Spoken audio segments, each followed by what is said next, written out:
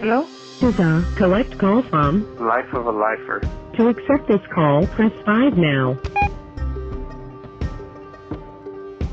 Hello and welcome, friends and family. Today we have a special program for you. We got a man who was actually serving time behind walls, but not just serving time. This man had a life sentence. And he was able to, through working his master plan, make his way out. I spoke about it before. I spoke a little bit about the book when I read it not too long ago. But today, we got the man with us. Takes us all the way out to Baltimore. And I would like to introduce you to Mr. Chris Wilson. You there, Chris? Yeah, I'm here. Thanks for the warm introduction, and I'm happy to join you today. Yeah, man, it's great to have you. You know, I envision what you've done, and I see this master plan that you've created and developed. You know, you had the vision from basically the time, a little bit after you entered into the system, you developed this and you realized that you wanted to do something more with your life than just, you know, that prison wasn't the end of it for you. You want to tell me a little bit about how that came about? Yeah, it was one of those situations where I went to prison at a young age. I was 17 when I caught my charge. By the time I was sentenced, I had just turned 18, and I fell into a deep depression, and I just felt like I wasted my life. And I knew in my heart I was a good person. I knew that I always wanted to contribute to my community. I knew that I was always an entrepreneur.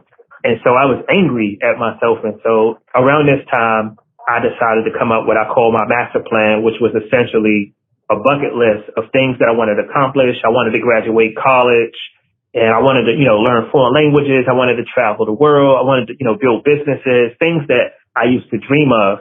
And so I decided to write things up and prove to myself and prove to the world that my life was redeemable. And so that was like the genesis of the master plan. That's how it started. Yeah, man, that's very well put. Because a man without a plan doesn't have direction. And so I think that it's important to, not just make a plan, but to write it down. It gets more in depth, a little bit more detailed each time that you show it, and you add some things on there and break it down more and set these goals for yourself. And then you work along the way to achieve them. I really think that, one of the points that you press all the way through it is what's your end game. I'd like to hear more about what the end game is all about. Absolutely. You make a good point about writing stuff down, and it was something, I guess, inside of me that when I'm writing something down on paper, that it's law. It's, I'm a man of my word, so I have to do it. And what I also did was I shared that list with my judge. I shared it with my grandmother. I mean, everyone listens to their grandmother. So it's important to share your list, your master plan with someone and give them the power to hold you accountable. And so that's what I started out by doing that. And then I just started working the plan. But what I had to think about before I executed the plan was, where's the finish line? What's the end game? And so I was 19, but I thought about, who would I be at the age of 40? I didn't know the term social entrepreneur at the time, but I knew I wanted to be an entrepreneur that helped my community, that improved the environment. And I knew I wanted to travel the world. I wanted to buy my dream car. I'm really into cars. And I just wanted to be a good person. And so once I envisioned what that end game was, then I had to plan backwards and think about what are all the things that I need to learn and do in order to make this come true. And so education, I needed to embrace therapy to figure out what led me to prison. What are some things that I could equip myself with so that I can be more successful once I was released. And then finally, the end game, I had a life sentence. So, and finally, I had to really believe that I could pull it off. And so I call it a positive illusion in the book. And I just had to believe that I would be free one day and that it would happen. And that gave me the strength, the energy to get up every morning in prison, despite the lockdowns and, power going out and all of that stuff. It gave me the energy to push forward and work. Yeah, man, that's some very motivational and inspirational stuff right there, because the power of believing in something, especially oneself, is definitely what it takes to compel you to move forward and take action on those goals, regardless of whether you write them down or whoever you tell, because those things are definitely very important. But you have to also believe in yourself. You're able to do that and pull it off, and that's amazing. You know, Thank you. Yeah.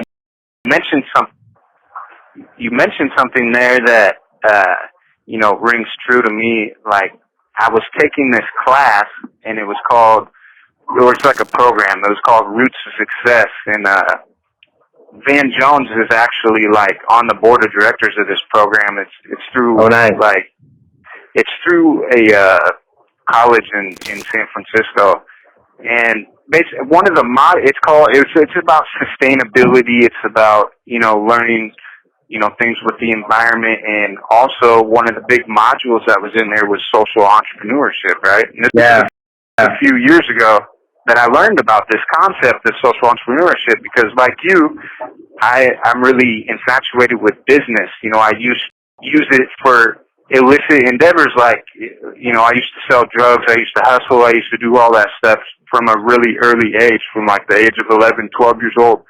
I got into doing that. And so when I began to grow up and turn my life into something positive, it took me like 5 or 6 years after being down to really turn things around. But once I started to do that, and then I learned about this concept of the social entrepreneurship, it really it got me going, man. I really thought, I was like, man, this is the solution right here to a lot of the problems. Absolutely. It's the same thing that happened to me. This concept is amazing.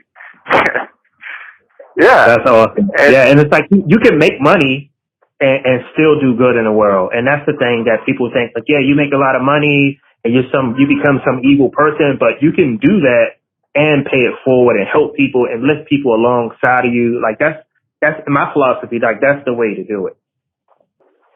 Yeah, absolutely. I watch Shark Tank a lot, right? That's like my favorite show. And so I even seen Mark Cuban on there. He was like, this is the future right here. Social entrepreneurship is the future. That's the way of the future. And then, I read in Entrepreneur magazine about, at this big company called SAP, and they really believe in social entrepreneurship so much that they'll even give their employees like grants and money and back them up with a network to be able to start social entrepreneurship. It's basically like the concept of giving, towards a good cause, plus giving like 50% of the profits go back into the cause. You know what I mean? And that's kind of, I love it.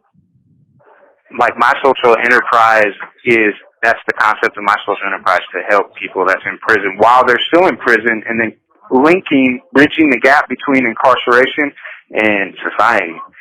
So I just think that what you're doing is really amazing, as far as the fact that you've been able to conceptualize all this stuff and then seeing it come to life. I've heard a lot about the things that you got going on, and I understand that you're quite an artist. That's kind of like a big passion of yours. And I'd like to hear more about that. I started painting about 4 or 5 years ago, and one of my artist friends, who his name is Jeffrey Kent, I was working with him as a contractor, just moving paint in to move in studios back and forth. But we became friends, and I would spend time with him while he would paint and make art. And he would paint about social justice issues, race relations, like deep stuff.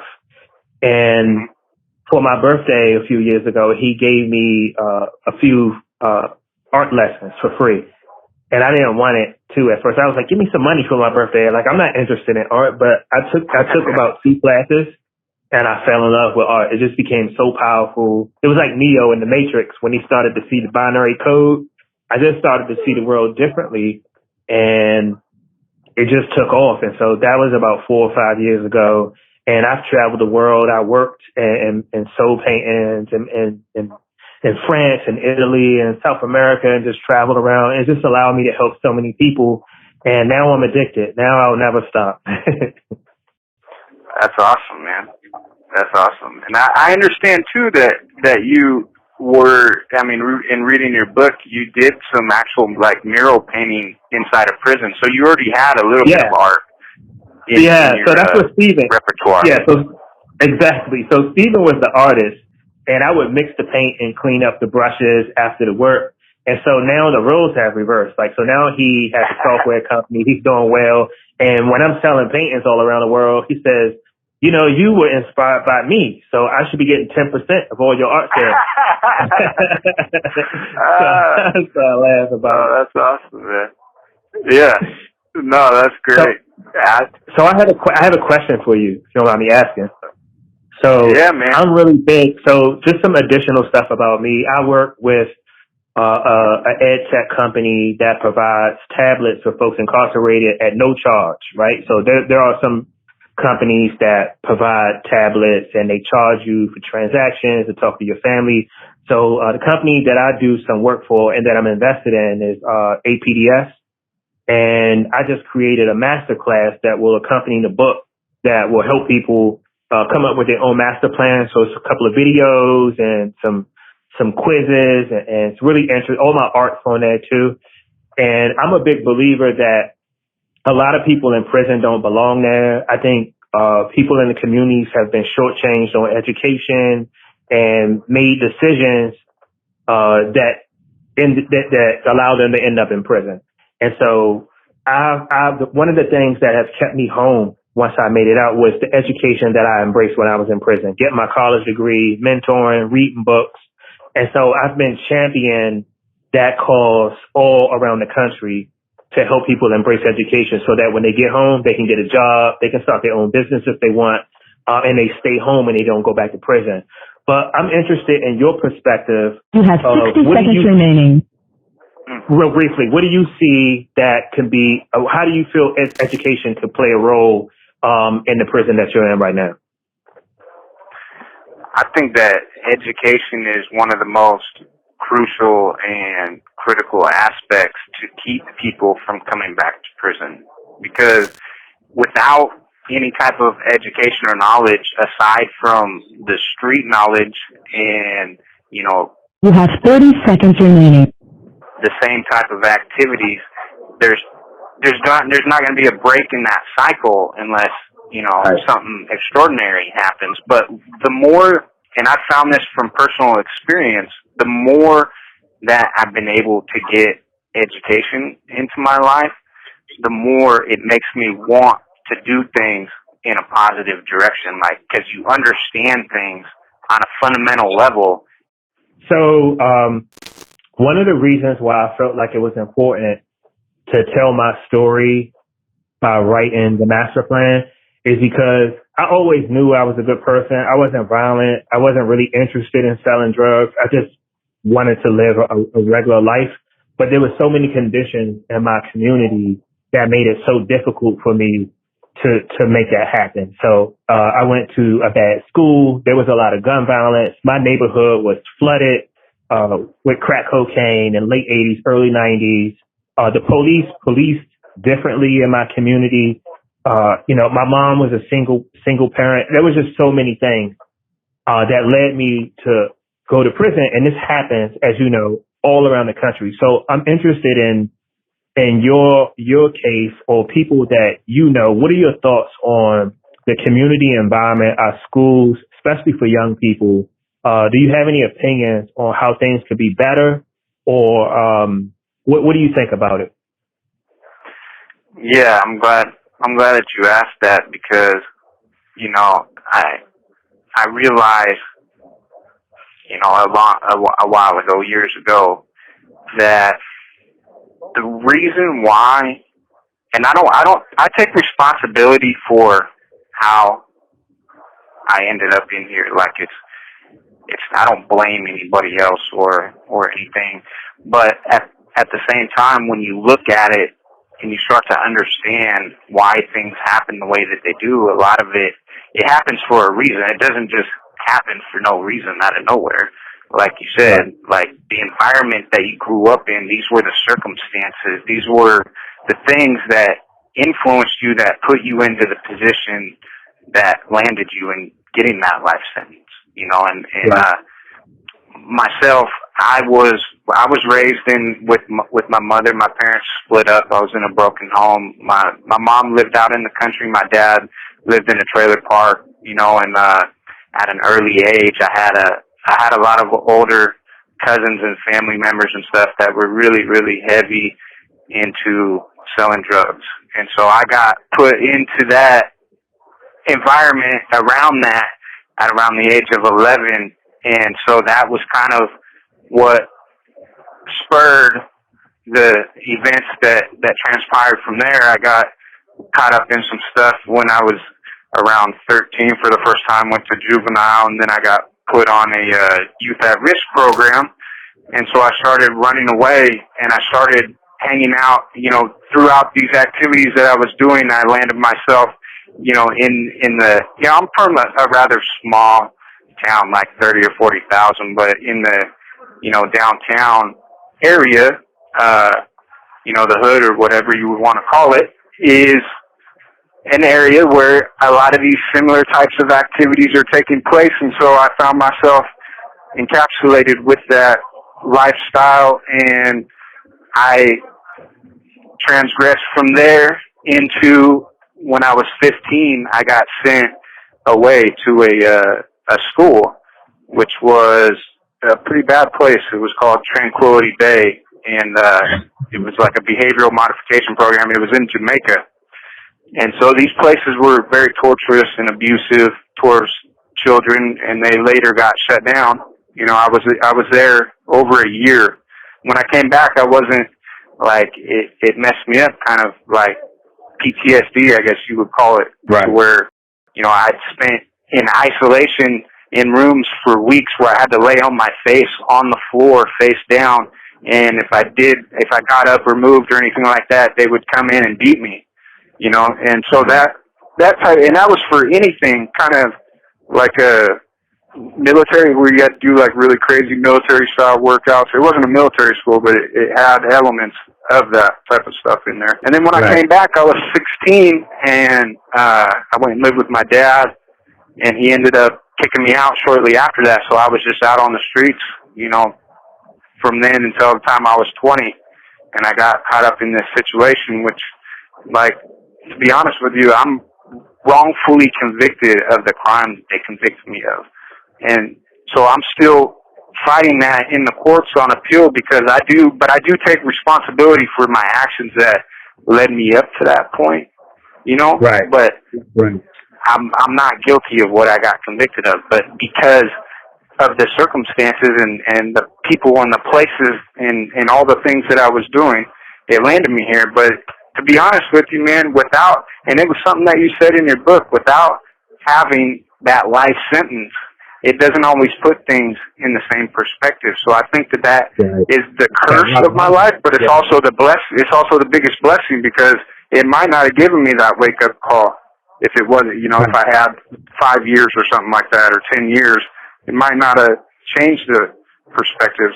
It made me look at things differently. So I definitely think that the upbringing, the places, the things that happen around you in the environment have a huge impact on what determines how a kid grows up and where he ends up, whether he ends up in prison or not.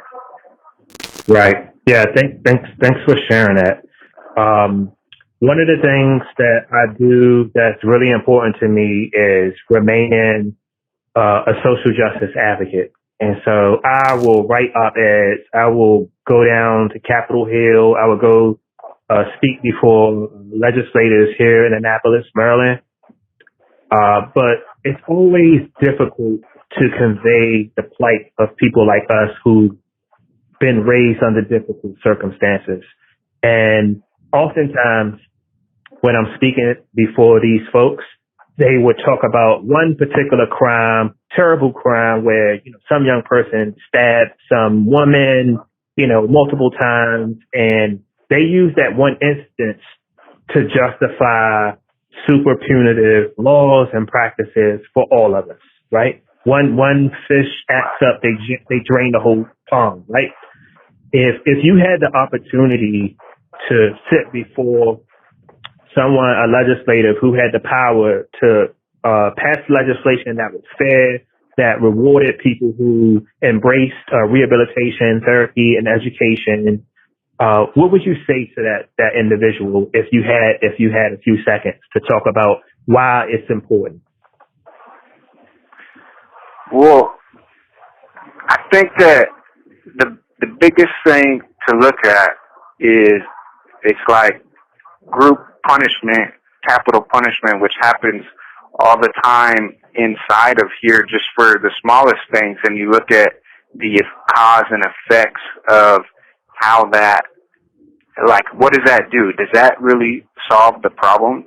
Like, if you look into the statistics on how these crime bills that massively incarcerate people and lock people up for, essentially life sentences for a possession charge in some cases. Yeah, I know you're talking about like stabbing somebody, which is definitely a much more severe crime, but putting into perspective, like the thing of it is one bad apple spoiling the whole bunch spoils the society, because you're taking away from many families the ability to rehabilitate, the ability to have redemption. And that's what the country that we live in is supposed to stand for, is being able to give people another opportunity, to be able to have, in the Constitution itself, it says that if there is redeemable qualities about a person, that you're supposed to be able to, have those redeemable qualities. You're supposed to be able to have an opportunity for that redemption. Right. But totally. with the way that they're handing out so many life sentences and the way that people are becoming incarcerated by, the millions nowadays, it doesn't give that opportunity. It's like people are just thrown away and never to be heard from again, and you're the one size fits all method is not working for anybody. It's not working for the system. It's not working for society, in the way that I bring this up as not something that is like the money that it costs to lock people up is incredible. If you would just take that money and invest it into education, you would, the amount of people that actually come back to prison or keep continuing in that cycle is like minuscule, Yep. I agree. And thanks for sharing that. I have one more question, and of course you can ask me some questions if you want. But I'm curious. I had contracted COVID-19 last year, January. I suffered for a long time, almost a month. I was really sick. I almost passed away, and I still struggle with health issues. But I couldn't help but wonder, once I started to slowly recover, of what it was like. And I've read about and I've heard about how bad it has been for folks incarcerated. But can you share how COVID-19 has impacted people incarcerated in your experience? Yeah, real quick, because I'm almost out of time here. But I definitely I contracted COVID-19 myself about a couple of months ago, and the experience of going through it. Before that, they had us in lockdown for basically essentially all the day for 2 months straight, to where we couldn't even come out of our cells, but about maybe 45 minutes a day, 30 to 45 minutes a day, just to take a shower. There was days when I didn't even get out at all. And so that was the living scenario for a couple of months, and then I myself contracted it, and then I was taken to another area where everybody else that had it was at, and I spent, the next couple of weeks while going through the motions of it. And I had one of the milder cases of it, thankfully, and it didn't impact me as much as some of the other people that I've seen coming and going from the hospital. There were some deaths, unfortunately, that took place, and nearly over 3/4 of the entire facility contracted the virus. And so, Wow. you know, but the thing is I didn't have that much symptoms throughout having it, but afterwards, after I was cleared and I came back to my unit and everything, I had like this lingering effect of just being tired, and I've had that ever since. Like it drained my energy, you know, so it would be difficult just to continue functioning, and you know, it's still currently like in these modified lockdowns to where we don't get that much time out. It's opened up a little bit more.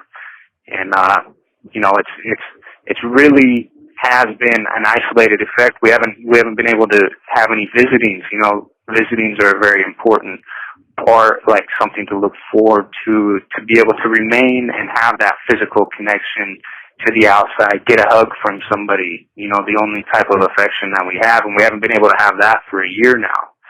So, I mean, some of these strains have been very difficult to endure, you know, very difficult, not only for us, but for the family members as well. Wow. Thanks for sharing that. But do you have any questions? I'm not sure how much time we have left, but do you have any questions for me? Any other things you want to mention?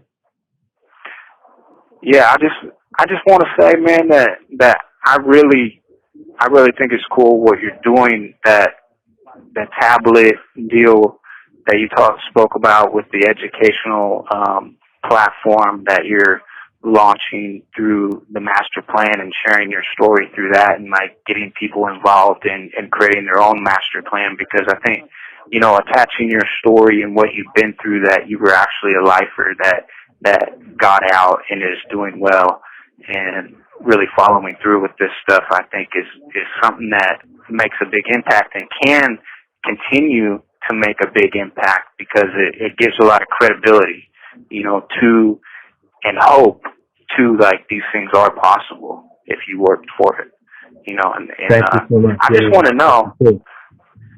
I do have one last question before I got to go, because they're gonna shut me down here in just a minute. But I just got to know how it was that you managed to not get a single infraction the whole time that you were in prison, man. Because that is extremely impressive. Thanks. So what I realized is that 85% of the time when I got in trouble before I went to prison, I put myself in situations to get in trouble. So I hung around with people who, you know, would gamble and not pay their bills when they lost, all kinds of stuff. And so I started watching my surroundings and people who I called my friends. And so I realized a lot of times my friends would get me in trouble. And so once I chose a different group of people to hang with, we started making different decisions. Once I started embracing education and especially therapy and controlling my anger and thinking about the end game, it could be something simple where in the past I would, you know, maybe cut someone out or maybe just, you know, do something crazy. I would say, well, if I do this, then maybe it will reduce my chances of being released or make a parole, and maybe I won't be able to buy that Corvette or start that business. And so I would walk away from stuff.